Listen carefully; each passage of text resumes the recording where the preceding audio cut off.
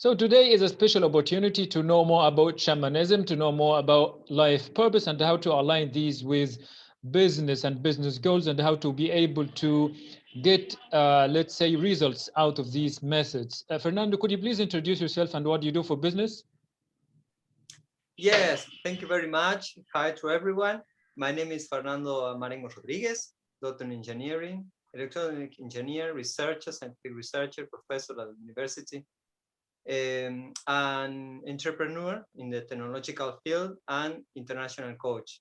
I work as an international coach using shamanic tools and NLP for helping many people find and monetize their life purpose, because nowadays people are starving from wisdom. They're flooded in information, but they are starving from wisdom, and they are starving from happiness inside their hearts, because nowadays in this current situation many people are isolated, are becoming sad, are becoming depressed, are becoming anxious. And my mission here is to help everyone who really wants to have a different look at their own life, uh, discovering what they really love doing, how they really love serving others, and how to transform that passion into a monetization, into a source of income, and that's where they find their life purpose. Let's start with the basics. How would you define shamanism?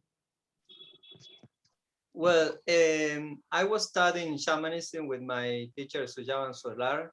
It started 6 years ago here in Brazil, where I live since 2012. And he teaches many tools to reconnect ourselves to nature, because we human beings are not apart from nature. We are a part of nature.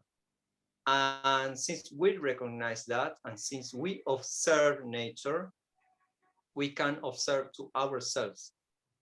In fact, one person who was very famous did that, and as a consequence of that, he invented many things.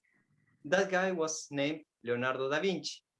And you know what? This is a result of observing nature to create great things and to discover great things in ourselves.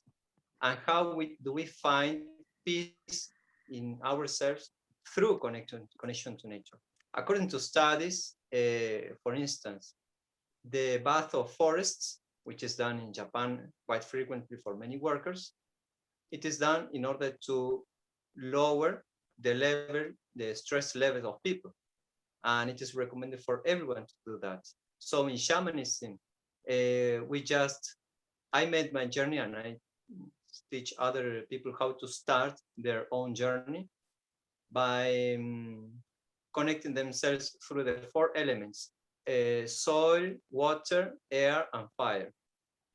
We are just made of solid and liquid states. That's why earth and soil and water elements are very present in our body.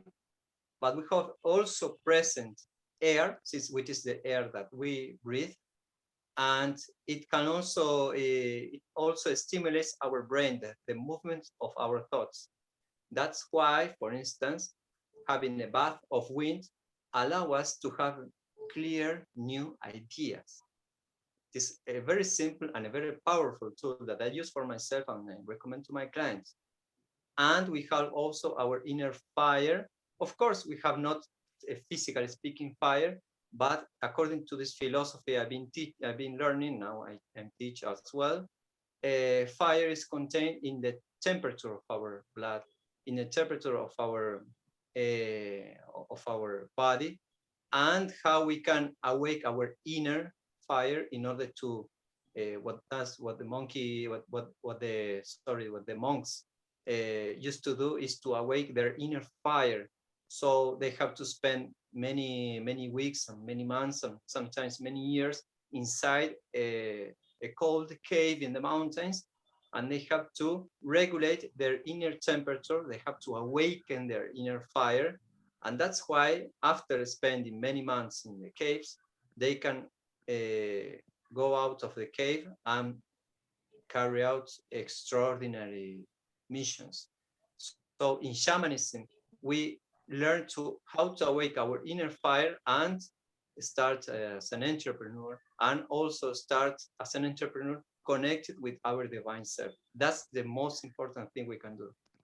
So the question is, how can you turn, or how can people turn their life purpose into monetization, into, let's say, a profitable business? Yes, it is actually a simple process. It could not be very easy, but it is simple. Okay. So, for instance, when we discover what we love doing, what we really love doing when we were a child, for instance, when I was a child, I loved playing with Legos, some kind of Legos. And when I did my first, I took my first coaching package, I started remembering that. And then I said to myself, how can I do this now in this current moment as an engineer? How can I play with other kinds of Legos now as an engineer? Then I started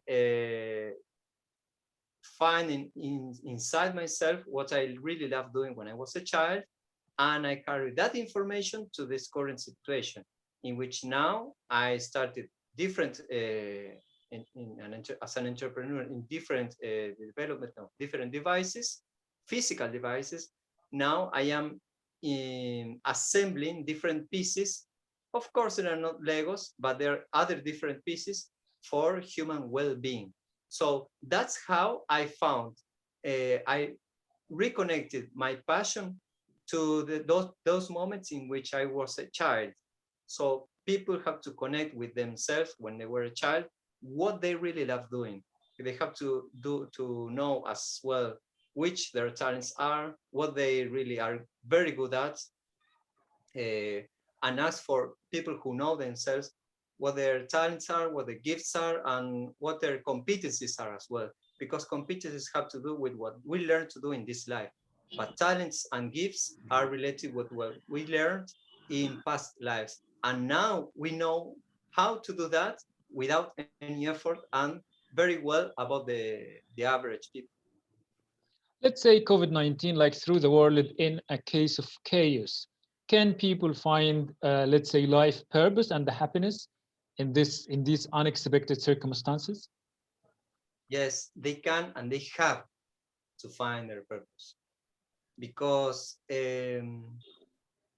nowadays in this current situation, the economic circumstances now are much more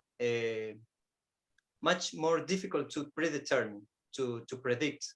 So since the circumstances are so unpredictable, we have to build our own basis. And how can we build our own basis? We have to be an entrepreneur.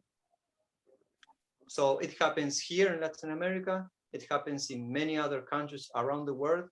Many people who are listening to this, just look around you, and you will know at least one or two persons that have been, for instance, have started working from home, or they have to start working as an entrepreneur. So there are many kinds of entrepreneurs. Many people say, "Oh, I want to work this because this gives money." Yes, they can, but will that make their eyes shine brighter? Will that make their hearts pump uh, in a more intense way? Well, the answer, I don't have to give the answer. The answer is each person knows the answer. But if you really want to do, let's suppose you have to build your own life and you have to offer service to the others. And let's suppose you have to make a decision. Whatever the decision is, you have 100% guarantee it will be fine with you, and everything will be okay. Which will that decision be for you? So many people will say, "Oh, I love to do this, I love to do that, and love to do that." But they stop when they say, "How can I do that?"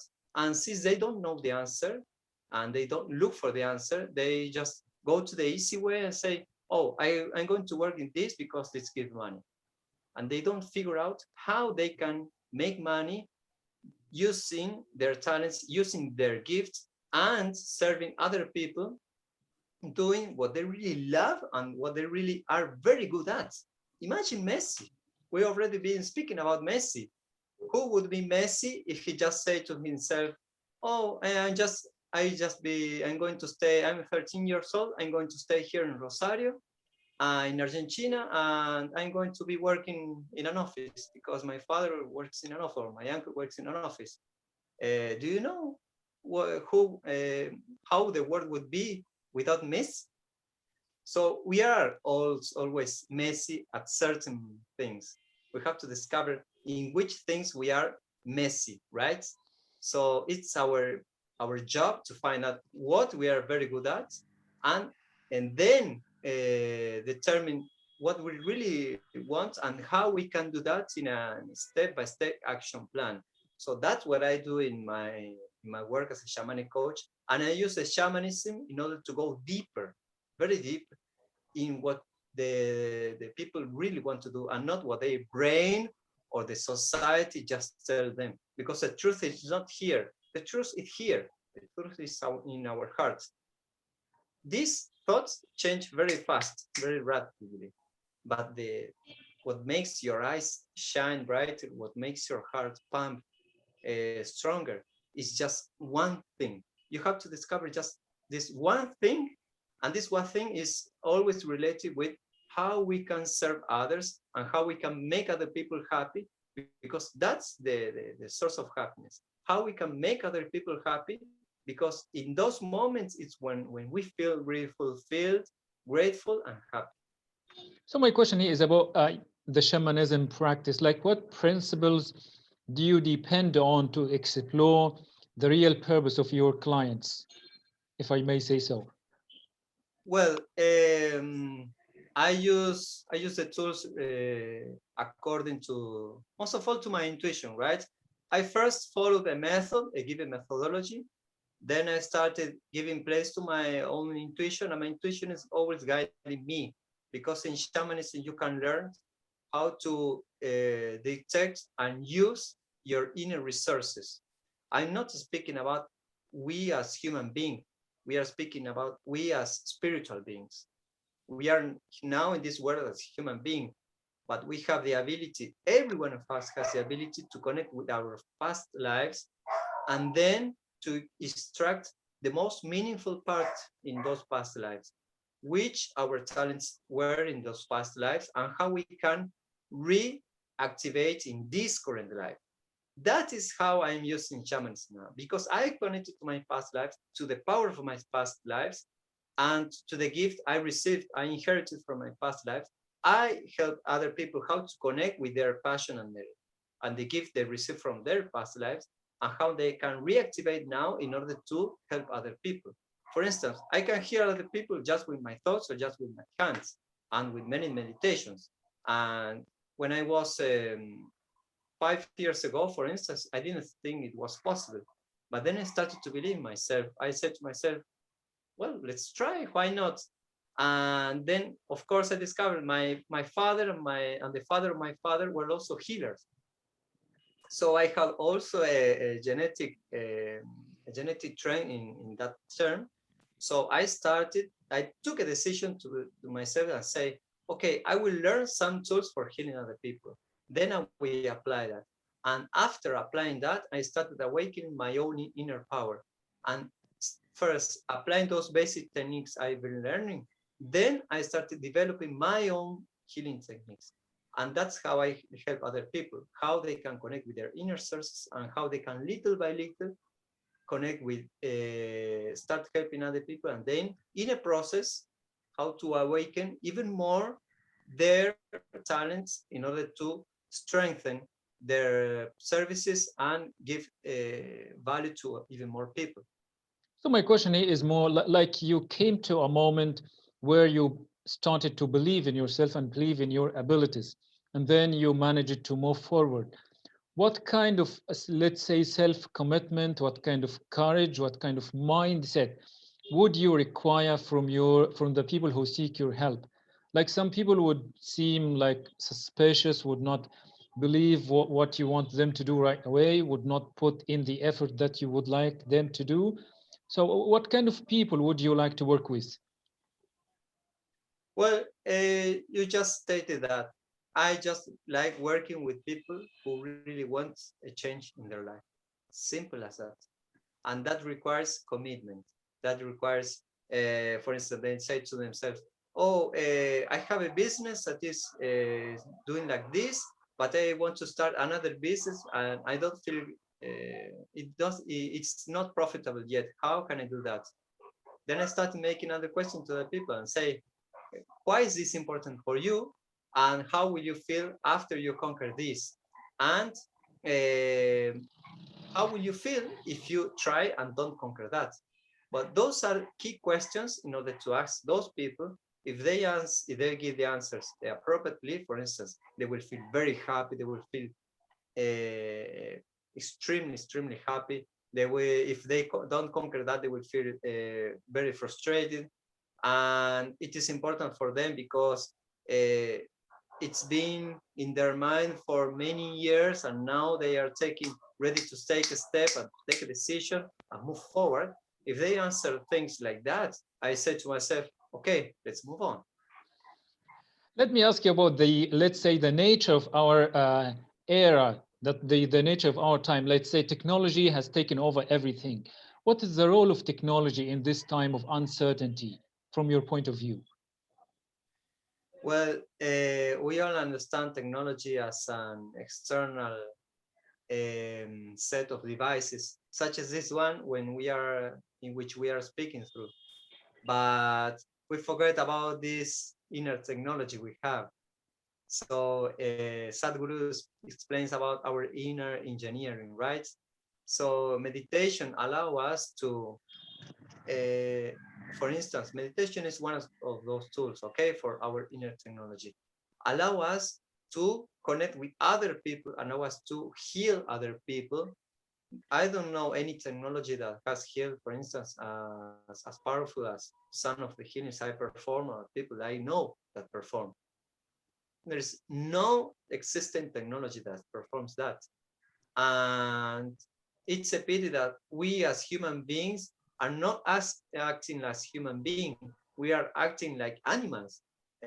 Even worse, animals do not contaminate. We are contaminated. We are destroying this planet. Why? Because we haven't awakened yet our human, our divine part. First, we are not using sufficiently our rational part, which is related with our left hemisphere. Secondly, we don't use our intuitive and creative mind. That is the most important part according to Einstein. Okay, I'm not speaking about a mystical teacher. I'm speaking about Einstein. He said that our most important part is our right hemisphere, which is related with our creativity and intuition. So that's even most important. And just a few people are using that part.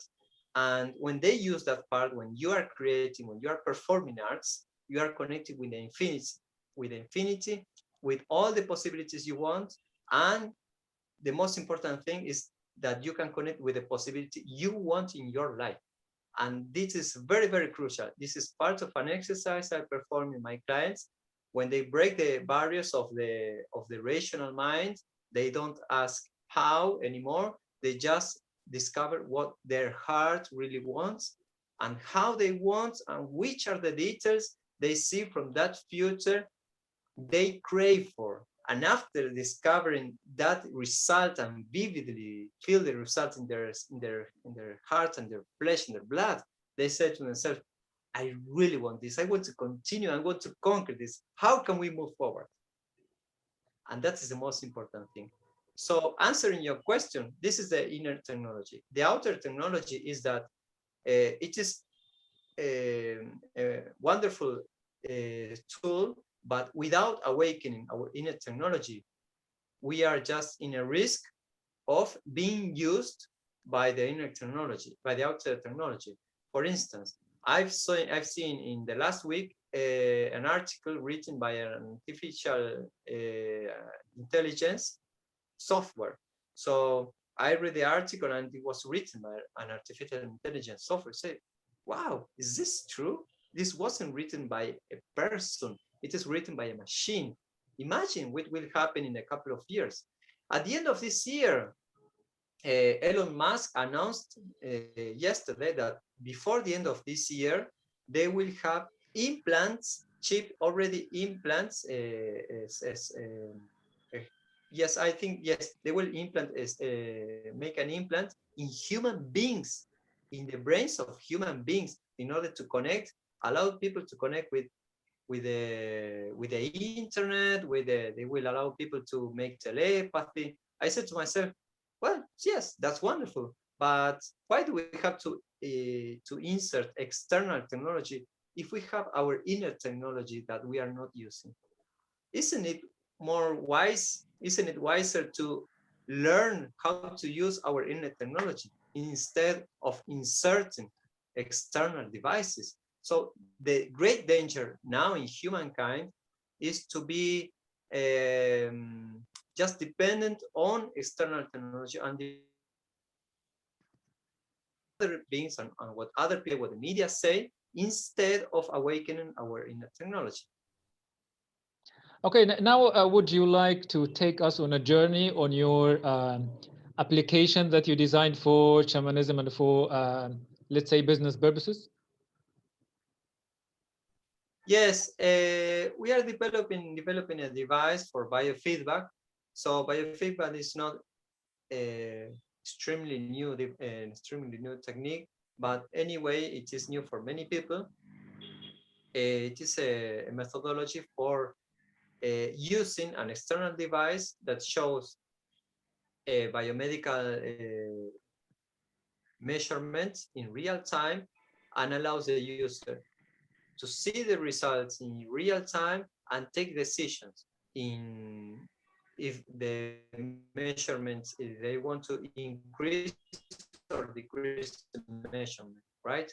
For instance, people are measuring their state of calmness in real time. And if I say to the clients, okay, just focus on being calm in order to increase the reading of your calmness, okay? And people will start to see the result of calmness or for instance, and they will just focus on increasing that measurement. So that is the effect the device we are developing now. It is under production. The first set of devices response. Since the heart rate variability, our heart rate is not constant, okay? It is variable. And according to studies, it varies just a little bit when you are stressed, or it varies very much when you are calm, okay? So that is the heart rate variability. For instance, if I say to you, inhale, the heart rate will increase, and I say exhale, the heart rate will decrease. According to the rhythm, I say to the client, inhale and exhale, they will find a certain frequency in which the heart rate variability reaches its maximum. And that is related with their higher state of awareness, of calmness, most of all. So through that device, we will teach people how to breathe in order to feel calm during all the day.